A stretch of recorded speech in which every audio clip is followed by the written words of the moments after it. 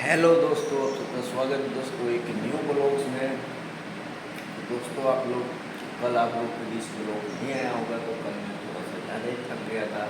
तो मैं सोता ही रहा, शाम तक सोता ही रहा। इसीलिए आज भी मैं सो रहा था। अभी 12 बजे मेरा जगा हूँ दोस्तों। 12 बजे जगने के बाद थोड़ी देर बैठा, पानी वानी पिया, उसके बाद आप देखिए खाना खा रहा हूँ।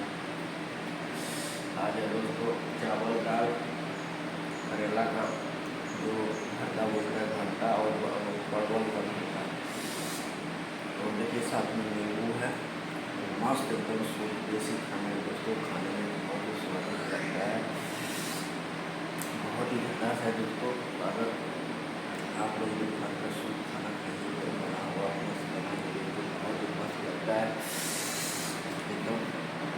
चलिए दोस्तों, एक नए ब्लॉग के साथ आप लोग के साथ